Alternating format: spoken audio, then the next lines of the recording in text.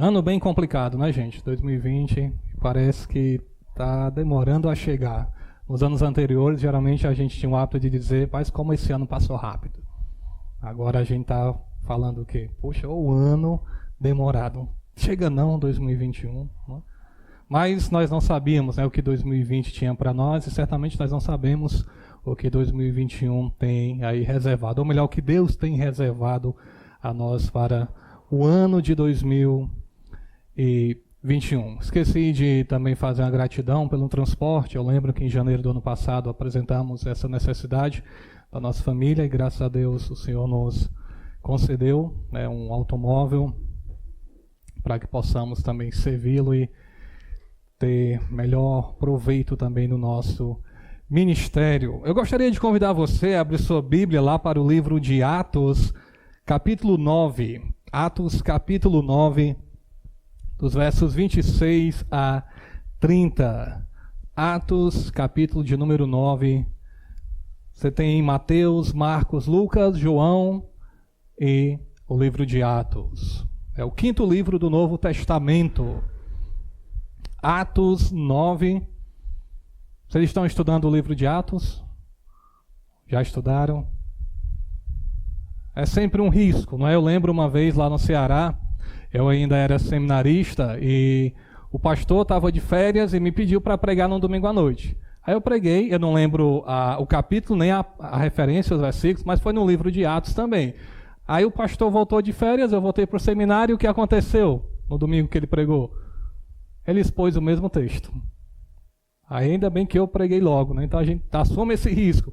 Puxa, será que estão pregando? Eu ia pregar Hebreus, mas eu lembrei, para alguns de vocês, eu lembro que o pastor Roger expôs Hebreus há alguns anos. Eu disse, não, vou deixar Hebreus de lado. Tá certo se chegar a Hebreus de novo, né? Mas como o irmão Lucas nos falou no início, né? A palavra de Deus, ela sempre nos guia na direção correta, na direção que satisfaz ao nosso bondoso Deus. Atos 9, 26 a 30, assim nos diz a palavra do Senhor. Tendo chegado a Jerusalém, procurou juntar-se com os discípulos. Todos, porém, o temiam, não acreditando que ele fosse discípulo. Verso 27. Mas Barnabé, tomando-o consigo, levou-o aos apóstolos e contou-lhes como ele vira o Senhor no caminho e que este lhe falara, e como em Damasco pregara ousadamente em nome de Jesus. Estava com eles em Jerusalém, entrando e saindo, pregando ousadamente em nome do Senhor. Falava e discutia com os helenistas, mas eles procuravam tirar-lhe a vida. Tendo, porém, isto chegado ao conhecimento dos irmãos, levaram-no até Cesareia e dali o enviaram para Tarso. Eu não sei quantos de vocês assistiram filmes sobre a vida de Josh McDowell, o corajoso, o pastor João deve lembrar. Eu lembro o dia que eu assisti a primeira vez esse filme, foi lá no Ibama. Lembra? Tinha aqueles estudos, né, evangelísticos, aquele momento o pastor João me convidou para servir também por algum tempo ali, e nós assistimos aquele filme lá, O Corajoso, né, a vida sobre o início da vida de Josh McDowell. Por que eu estou falando sobre isso? Eu lembrando desse filme, em determinado momento do filme, quando começa a falar do período que ele vai para a faculdade, lembra, ele era um ateu, ou seja, ele tinha convicção de que Deus não existia. E ele, em determinado momento, ele aceitou o desafio, ele empreendeu, ele investiu tempo, provavelmente recursos financeiros, dinheiro, numa pesquisa para provar que Deus não existe. Que isso não passa de uma grande mentira, de uma grande fábula, ou como dizem hoje, é fake, é falso. Então lá vai ele, né? Josh estava lá, todo animado, viajando, rapaz, esse livro diz isso aqui tudo, ele foi lá, gastou muito tempo, passando noites em claros, para chegar e voltar e dizer, tá vendo, eu não falei? Deus, ele não existe. Mas depois de muito pesquisar, de muito estudar, chega um momento em que ele se entrega. E a conclusão de todos aqueles dias de pesquisa, de todo aquele investimento que ele empreendeu, era de que Deus, de fato, o quê? Existe. Ele saiu com esse desafio de provar a não existência de Deus. Esse homem hoje é um ministério que alcança milhões, provando que Deus de fato existe. Ele saiu com essa missão e voltou totalmente transformado. Mas o que é que isso tem a ver com o nosso texto? O nosso texto nos dá um nome, nos dá o nome de Barnabé, mas não é sobre Barnabé que nós queremos falar hoje à noite. Para entendermos melhor essa porção dos versos 26 a 30, é necessário que a gente retorne lá para o início do capítulo 9 de Atos. Nós sabemos muito bem que essa porção aqui está falando acerca de Saulo, ou, como em breve será chamado de Paulo, ou apóstolo Paulo. Mas lá no início do capítulo 9 de Atos, é bem parecido com a história de Josh McDowell.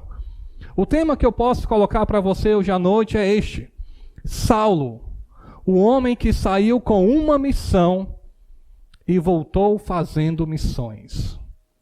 O homem que saiu com uma missão e voltou fazendo missões. Qual era a missão de Saulo? Vai lá para o início do capítulo 9 de Atos.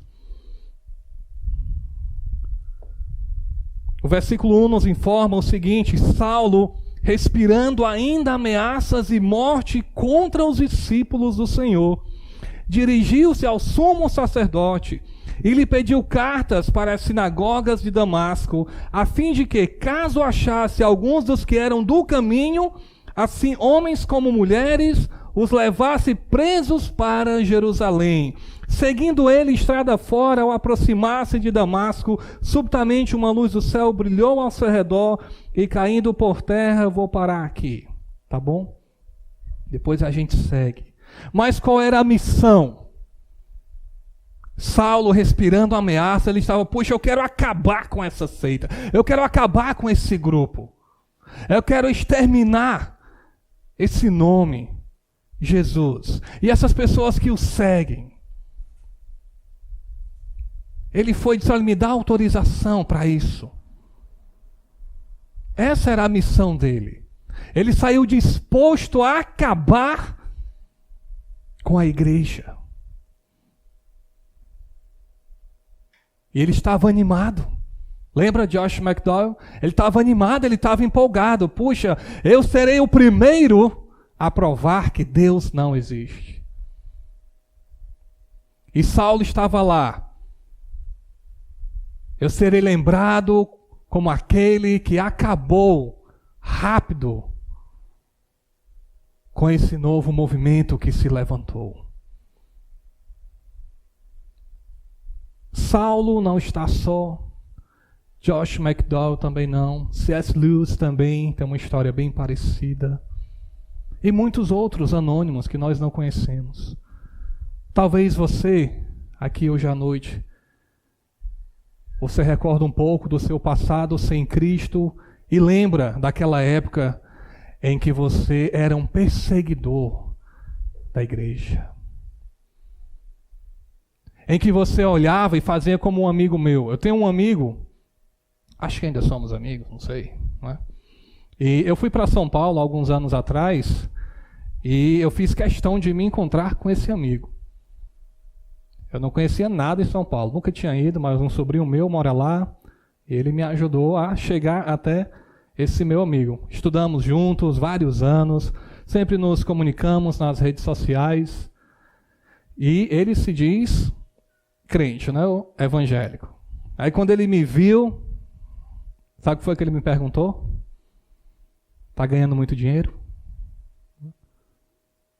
Porque eu sou um pastor.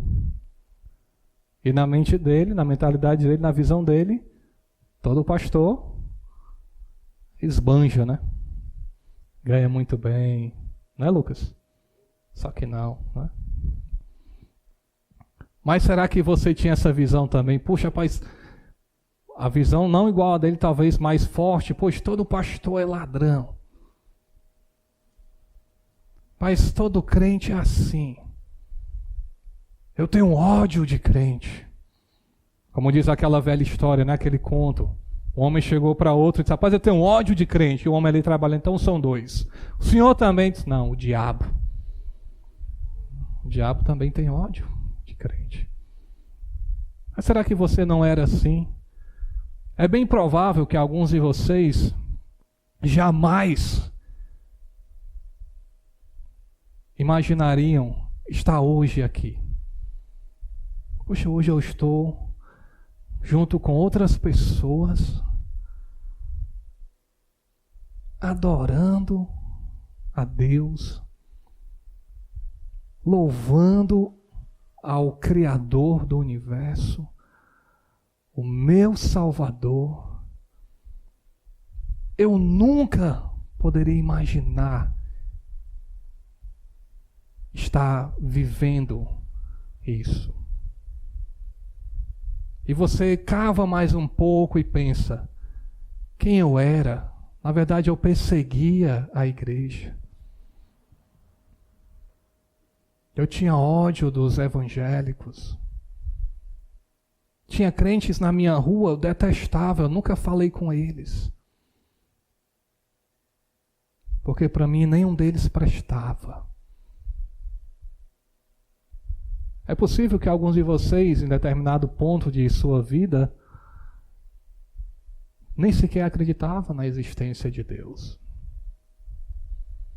Não era o caso de Saulo. Saulo, ele cria sim em Deus. Mas como um bom fariseu, mais à frente em uma das suas epístolas ele compartilha, ele avantajava-se a muitos da sua idade. Ele era precoce, por assim dizer. Ele só tinha tudo para ser o melhor dos piores. O melhor dos fariseus. Estava sendo preparado para isso. Eu saí com uma missão. Isso estava no meu coração.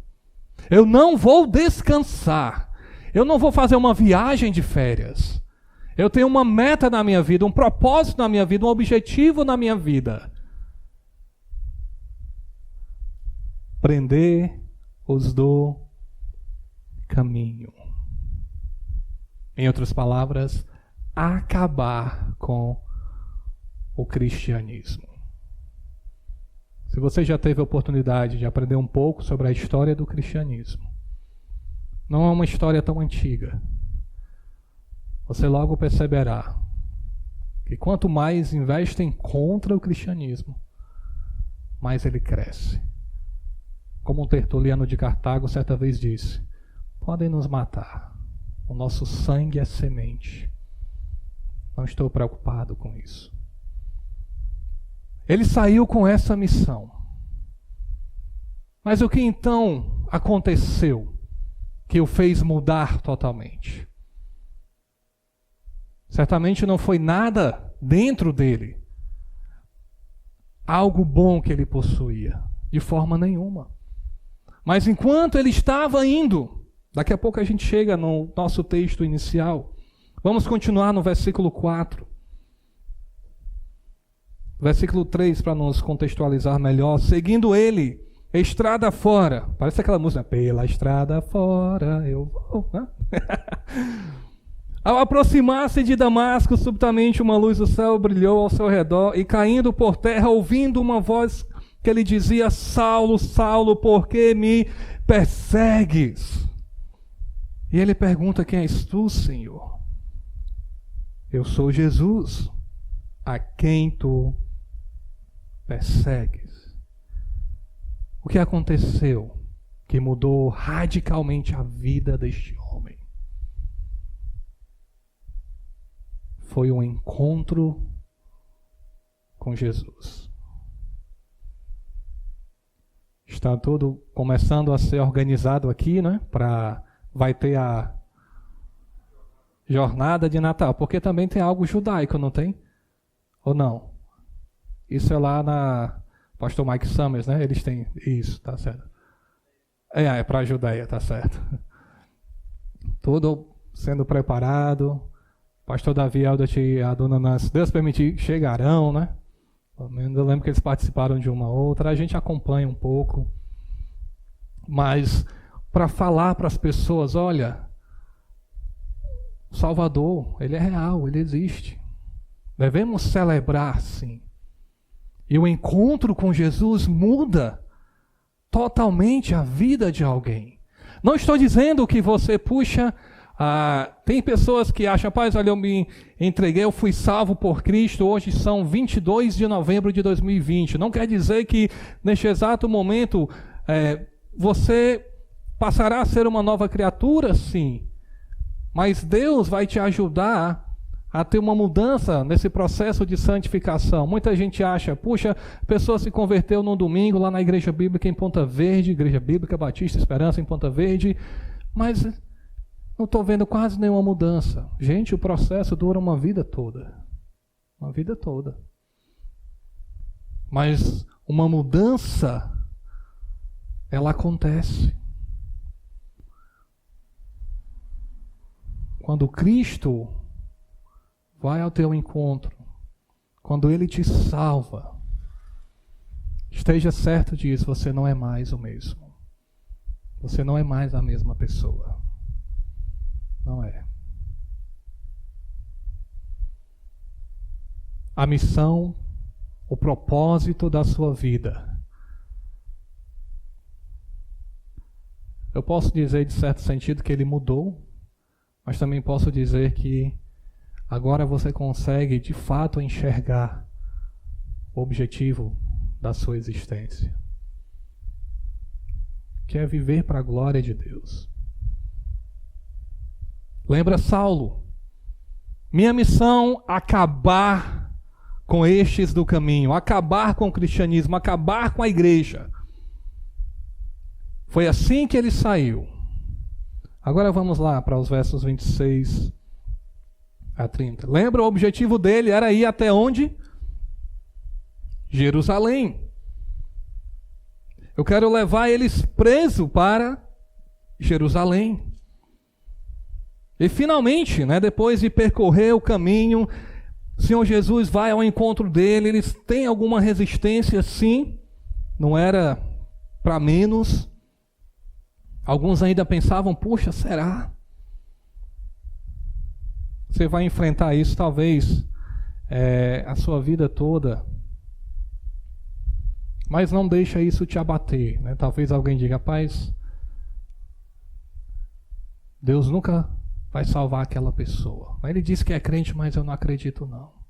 Eu sempre gosto de dizer, apenas duas pessoas precisam ter certeza da sua salvação. Uma é Deus e a outra é você. É você.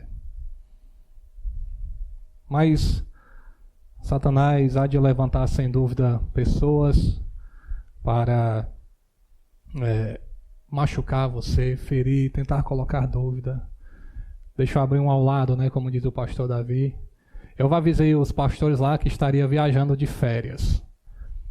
Aí eu não sei se foi coincidência, não existe, Aí teve um que colocou uma piada sobre pastor de férias, Disse que o pastor chegou, estava de férias na praia, aí um irmão da igreja chegou e disse, pastor, que negócio é esse? O homem de Deus não tira férias não, o diabo ele não tira férias.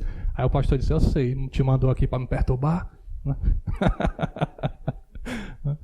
Mas, voltando aqui, fechar esse parênteses, tá bom? Não me empolgo, cearense é bom nas piadas. Meus filhos gostam das minhas piadas. Não. Certo. Tudo bem, vamos voltar. Mas entenda isso, As pessoas elas vão chegar, como fizeram com Saulo, Paulo. Puxa, rapaz, não, eu duvido. Mas, se Deus tem certeza, você tem essa paz no seu coração, não se perturbe, não se entristeça com isso. Mas finalmente ele chega, ele saiu com a missão, prendeu-os do caminho. E agora ele chega em Jerusalém. Imagina lá, as autoridades, puxa, Paulo vai chegar aqui com muita gente. Nós vamos acabar com essa história de cristianismo, com esses tais aí que seguem a Jesus, pregam ele ressuscitado. E ele chega. E ele não vai para as autoridades religiosas, ele não vai em busca ali também dos fariseus, ele não quer saber disso. Quando ele chega em Jerusalém, o que ele procurou fazer foi juntar-se com os discípulos.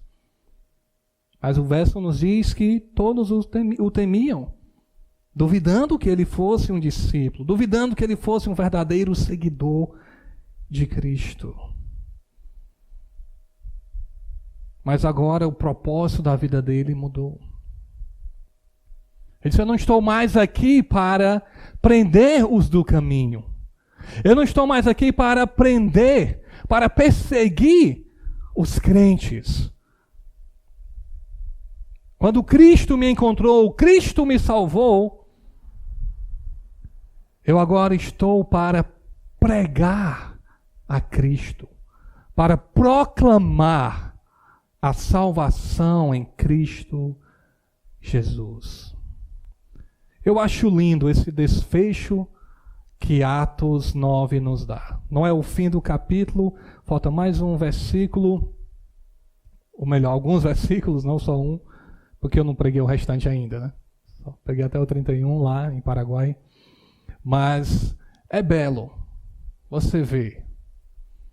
Pois ele chegou lá, mas tem toda uma história por trás. Como foi que ele saiu com o coração cheio de ódio? Como foi que ele chegou? Transformado. Pregando ousadamente a salvação em Cristo Jesus.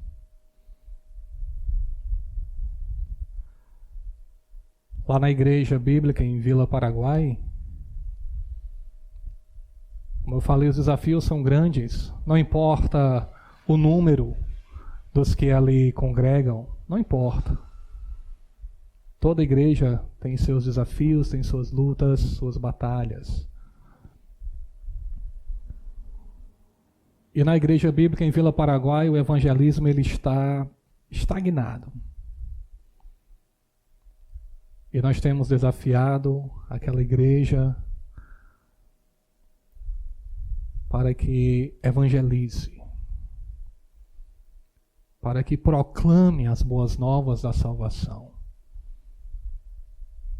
E a igreja ela está em oração, está num processo de purificação, de pureza, para que assim ela possa avançar.